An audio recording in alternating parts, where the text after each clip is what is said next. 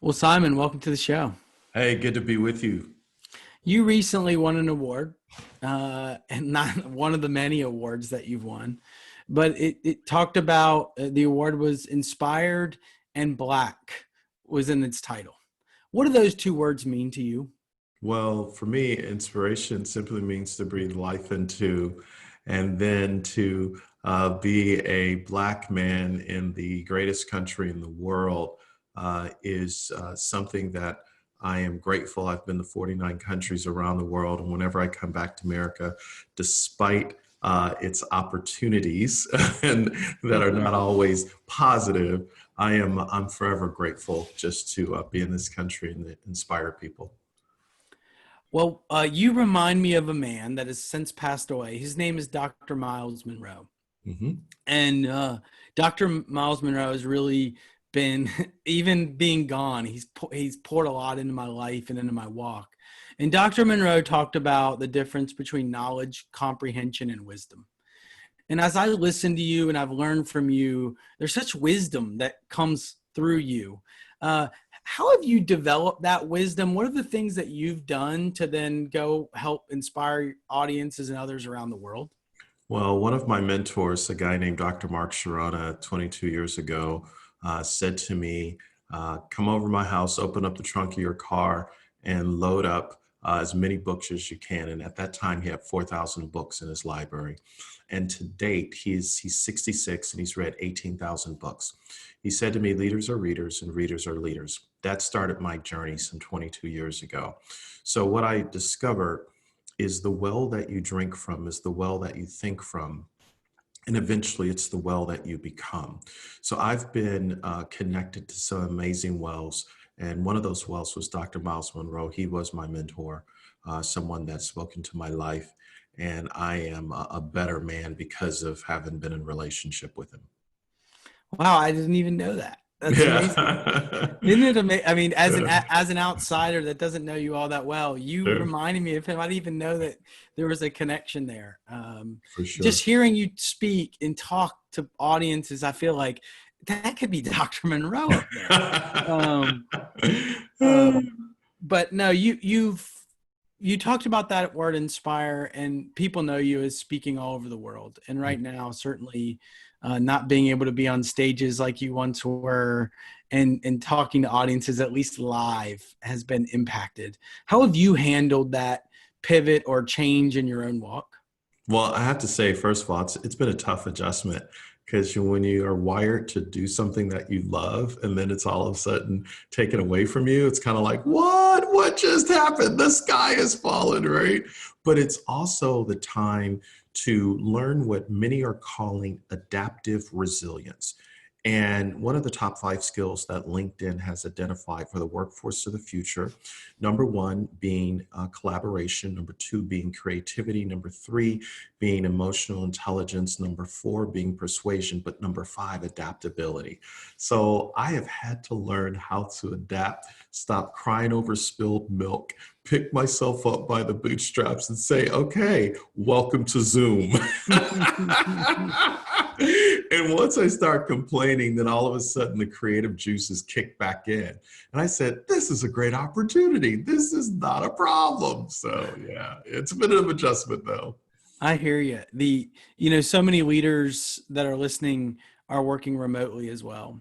Yeah, And they're leading even remote teams. And I know you being at Disney, you know how important culture is. totally. Uh, and just to remind our audience, we define culture as the shared values and beliefs that guide thinking and behavior. And if you've ever been to a Disney property and been in person, you get that experience from their employees.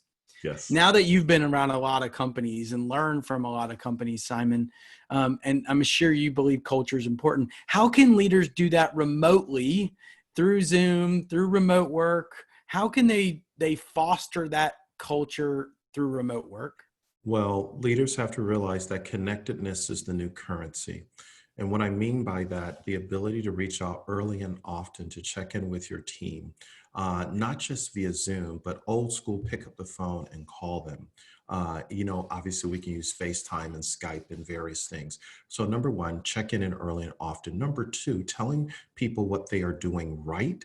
Number three, getting to know them on a more human level. Be okay with the dog barking, the doorbell ringing, kids running in. Perhaps a family member has moved in and there's an interruption. That's a human moment.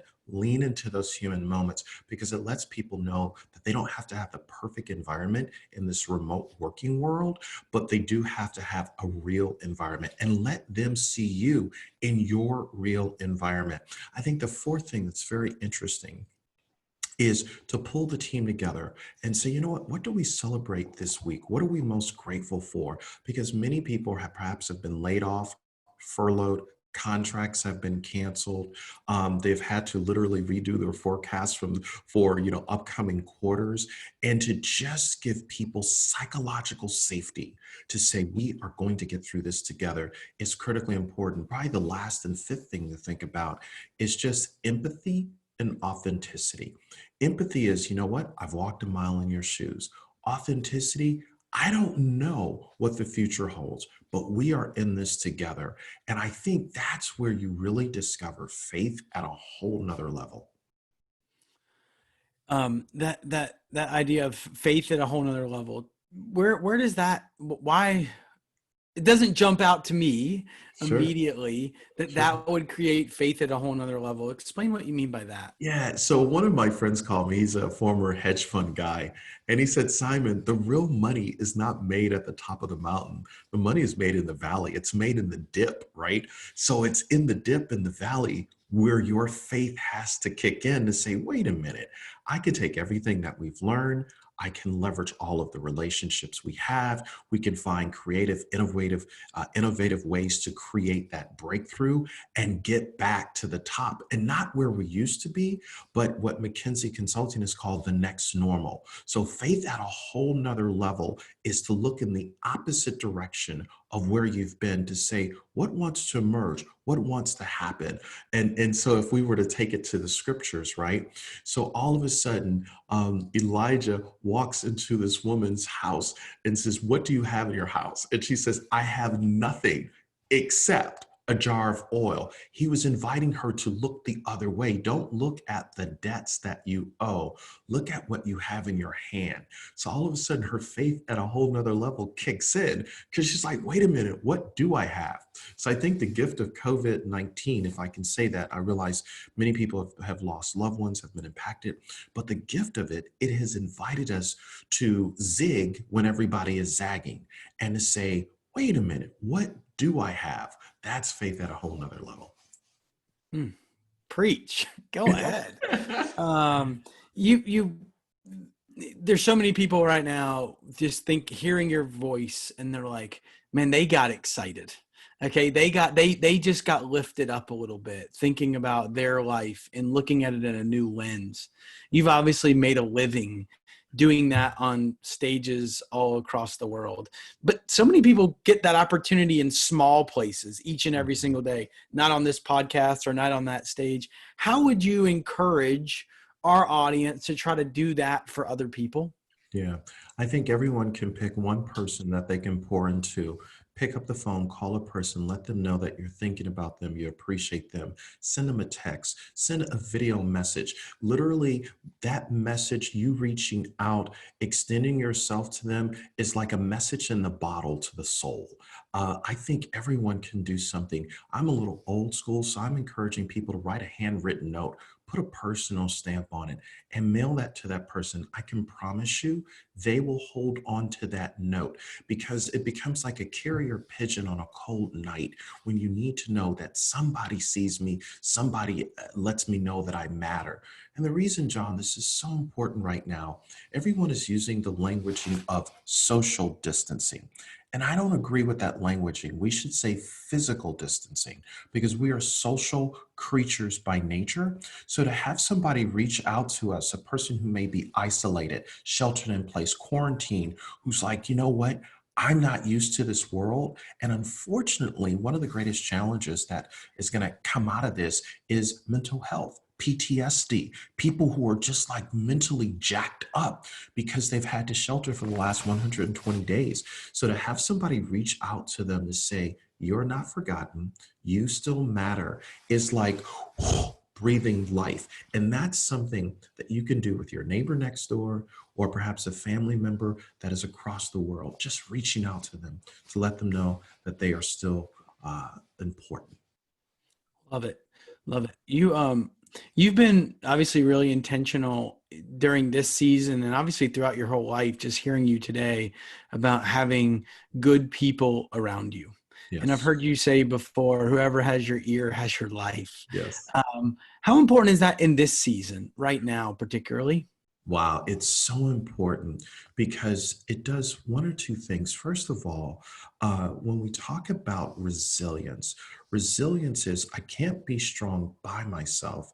I am aware of where I am, but when I have another person that reaches out to me, their belief in me allows me to keep going until my belief kicks back in, right? So that to have someone around you just speaking into your life, critically important. I think the second thing is that person becomes a mirror for you to reflect. You know what? Yeah, life has happened, but I'm still here. And I can keep going because that person sees something that I don't see in myself. And they give me feedback.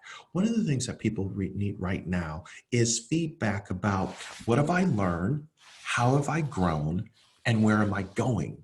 And so many times people are so stuck in looking at the rearview mirror of yesterday that they can't look through the windshield of tomorrow. So having that accountability partner, that mentor, that sponsor, that person that says, you know what, here's what I see for you, gives you the nudge or the push to keep going. You mentioned the word accountability, and we've certainly know how important that is in leadership, in life. Um, why do people tend to shy away from it? Because accountability is uncomfortable. Accountability means you're not going to stay where you are. Accountability invites you to a new reality and see your current reality, you're comfortable. So give you a quick example. Let's say I've never been to the beach before because I'm a person that likes to go to the parks, right? All of a sudden, a friend of mine invites me to the beach. I've never been to the beach, don't like water, don't know how to swim. I am totally out of my comfort zone until I go to the beach and I see, oh, wait, it's not that bad. I can see the sunrise, the sunset. So all of a sudden, until I say yes to that person who's saying, you got to experience this, here's how you can become better. No, I don't want to be accountable to that because I'm set in my way. And my way is the right way. But this friend inviting me to the beach introduces me to another way, or could it be a better way? So it all comes down to that person making that choice to say, you know what? I may not be a beach person, but I'm not going to discount the beach. I'm going to go and experience it. And then I discover I can be a beach person and I can be a park person. And it's okay. But it's getting out of the comfort zone of believing you need to be right. You don't want to change, and nobody's going to hurt you at the beach. It's a great example, and I appreciate you sharing it because we so often wire ourselves to just believe that, of course, we want to stay where it's comfortable. I mean, for someone to challenge us to go beyond that, to hold us accountable for not staying right where we are, it often requires us to invite someone else into our life, Totally. and that's a hard thing to do for a lot of people. Uh, Really anybody. I want to go your experience with Disney, and I think anyone that loves Disney, and I know it's been a long time now, but everybody that's experienced Disney or taken their kids to a park or seen a movie, they see a very unique experience. Mhm. Um, in this season right now, Simon, how important is that experience, either personally that we give to somebody else or that we create for someone right now? Because so many businesses are struggling. Yeah, yeah, it's so important to create an experience for people that is second to none. Because what people are literally running on right now are the memories of yesterday. and they need new memories created for them. So no matter who's listening to us right now, no matter what business they're in, no matter what they've experienced, how do they create a memorable moment? Disney would call it a magic moment.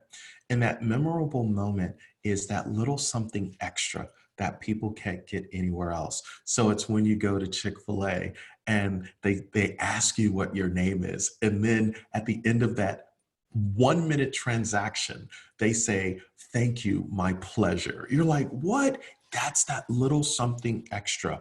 It's like when you go to Disney and the ice cream falls on the ground and instead and it's in the middle of July and that parent is like fit to be tied and that cast member comes over and says, "I'll replace that for you." That's that little something extra. That's that moment. That's the thing that people take away. Everyone can do something and it doesn't have to cost money, but it's looking for the opportunity to say, wait a minute, I'm standing in the grocery line and this person is struggling to figure out how they're going to pay for their groceries. So they have to put something back. And you say, "No, cashier, I'm going to pay for it. You take what you need." You've never met this person before and you may never see them again. That's the memorable moment. And that's what we as humans have to begin to do. It doesn't matter if we're black, white, no matter what side of the tracks we come from. How can we begin to love people where they are, not for what we get, but for what we can give? That is what is needed on the planet. So when I create a memorable moment, we're moving from me to we. And though I may never see you, you will carry within you this experience that was just created. And maybe you'll just pay it forward and do it for someone else. Well, what you basically just described is a real servant leadership mentality, Yes. um, and putting other people first before yourself. Obviously, we before me. And in our work, we've seen so many people embrace this style of leadership, particularly if they've experienced it themselves. Yes. And what's been kind of ironic about this, and I want to get your take on it, is I've also experienced a lot of leaders, whether it be old, young, doesn't matter, but they hear about this servant leadership style or style of leadership, and they shake their head and they say yes, and they say, "Oh yeah." But then when you talk to their people, they're getting a different experience. They're getting the old school, "I'm the boss, you report to me, every decision run through me." What advice would you give to two things? Someone that works for a leader that acts like they're that way in their words, but their actions say something different. And Mhm. two, what do you say to a leader that they're listening, they want to get to that style of leadership, but they're struggling to reach it? Yeah. So to the person that works for a leader that is perhaps selfish in nature instead of selfless, what I would invite you to do is to go to that leader and to say to them, here's what I heard you say, but there's a disconnect between what you say and you do, what you do. And so here's my perception of that. Is that how you want me to think about becoming a future leader? And you ask it in a form of a question, so it never comes off attacking a person, but invites them to say, whoa, I didn't know that I was showing up. If this person is self-aware and emotionally intelligent and truly tracking with you in that moment. So it invites them to say, wait a minute, I don't want to represent that to you. I want to be a better human being.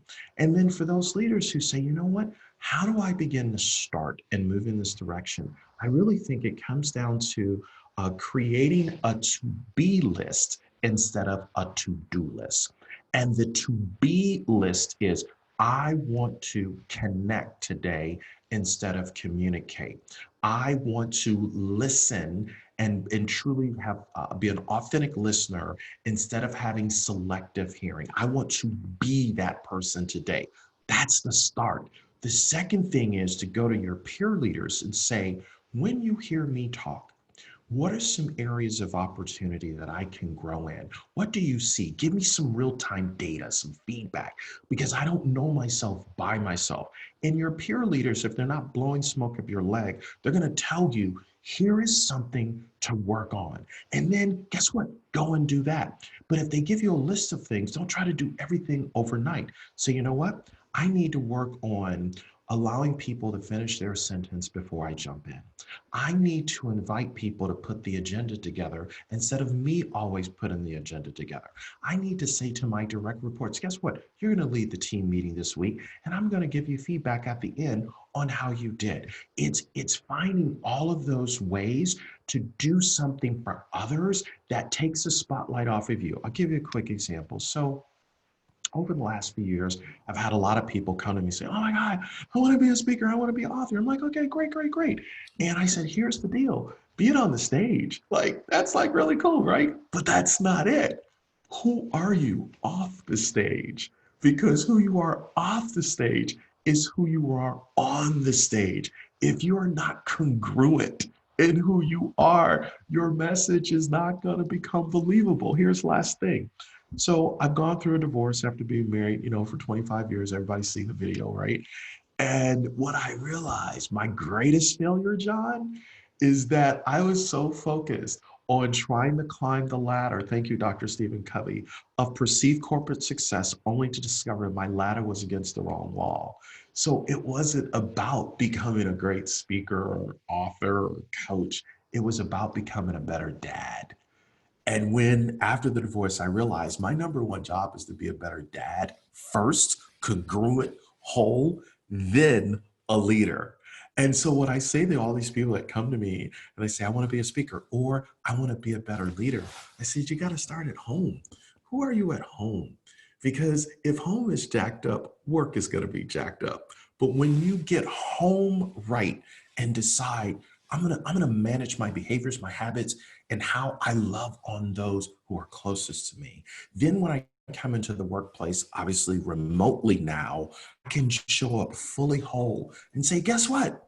I don't have it all together, but I'm going to put myself out here. And if I get it wrong, extend to me some grace and we're going to learn together.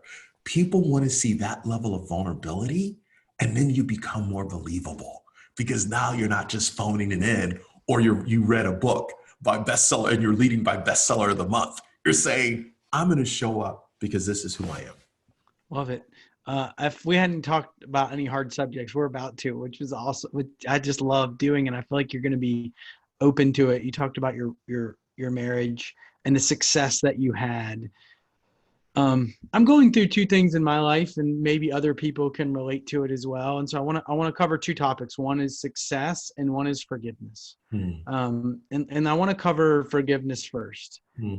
My dad, 41 years, left my mother, and the choices that he's made. This guy that's been a rock in my life. I've been really struggling to really forgive him, and I've forgiven him on the surface, but he keeps making bad choices and it makes it hard. You obviously have been through a tough time in marriage and in life. Not sure your relationship with your dad, but how should we be thinking about forgiveness? And think of forgiveness as think of forgiveness through the lens of joy, and follow me for a moment. So I just signed the divorce papers. I'm sitting at a restaurant. I'm like, I can't believe this happened. And a buddy of mine, Bob, that I haven't seen in at least 20 years, happened to be at the restaurant, comes over to me. We strike up a conversation and he said, how's it going? I said, Bob, I just got divorced today. I'm hurt and I'm upset. I've got to pay alimony, child support, blah. And he said to me, he said, Simon, I went through a divorce. I was married for 36 years. But he said, I chose joy. He said, I chose to realize that the woman I had been married to had given me 36 years, the best of her life. And we have amazing children. And he said, I paid my alimony and my child support in joy. He said, I want you to do the same.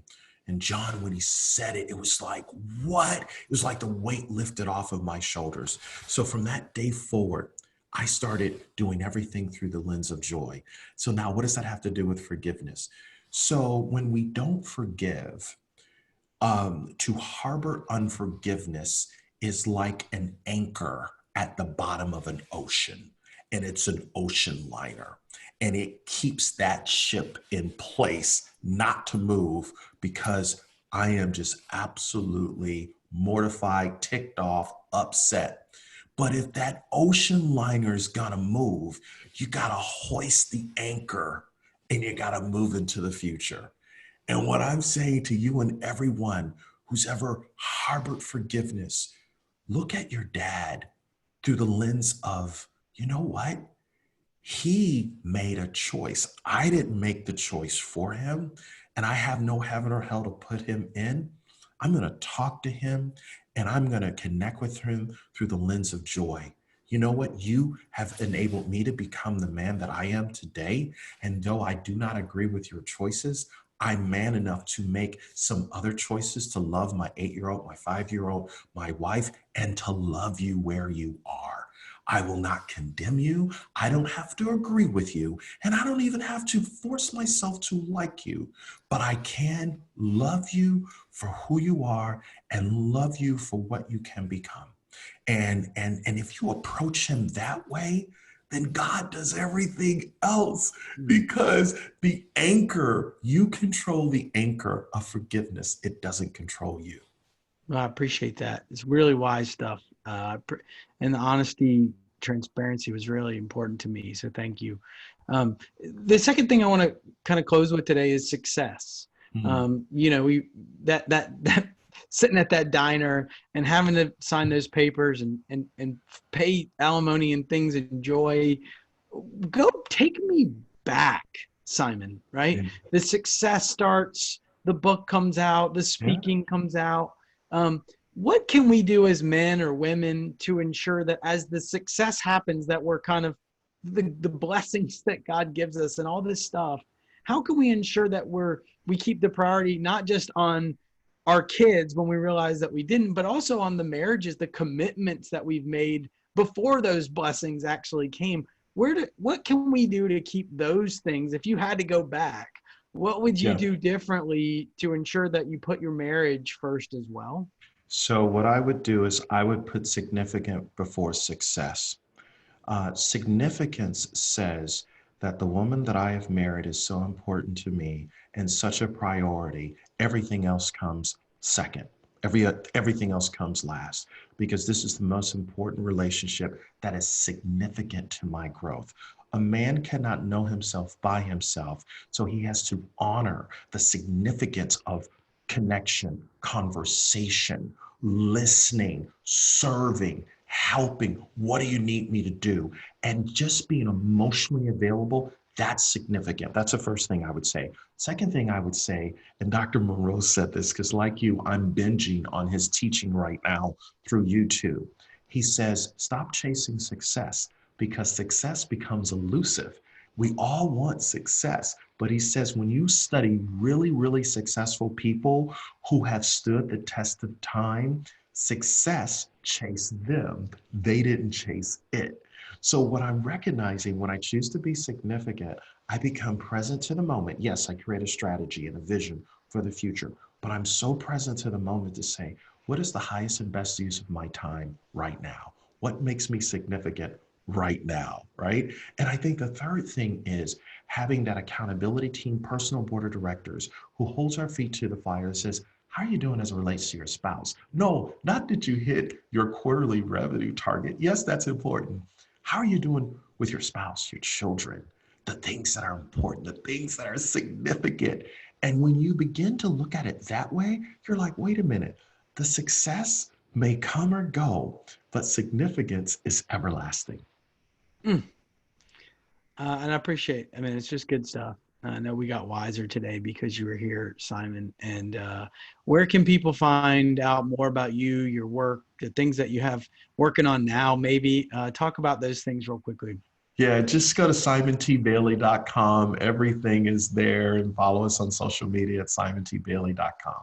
Any projects that you're working on now? New books, new ideas? What's Yeah, on? this COVID-19 gift is finally getting something off the ground called the Simon T. Bailey Institute. So we're getting ready to launch one of our first of many learning system courses where I'm going to teach people presentation skills, just old school presentation persuasion skills. Online, they'll be tested. They'll have to take a quiz, and we're really excited about it. So we're launching that. Well, good stuff. I'm glad you're launching something new. We need it. Yeah. Simon T. Bailey, thank you so much for being here. Thank you. Thank you for having me.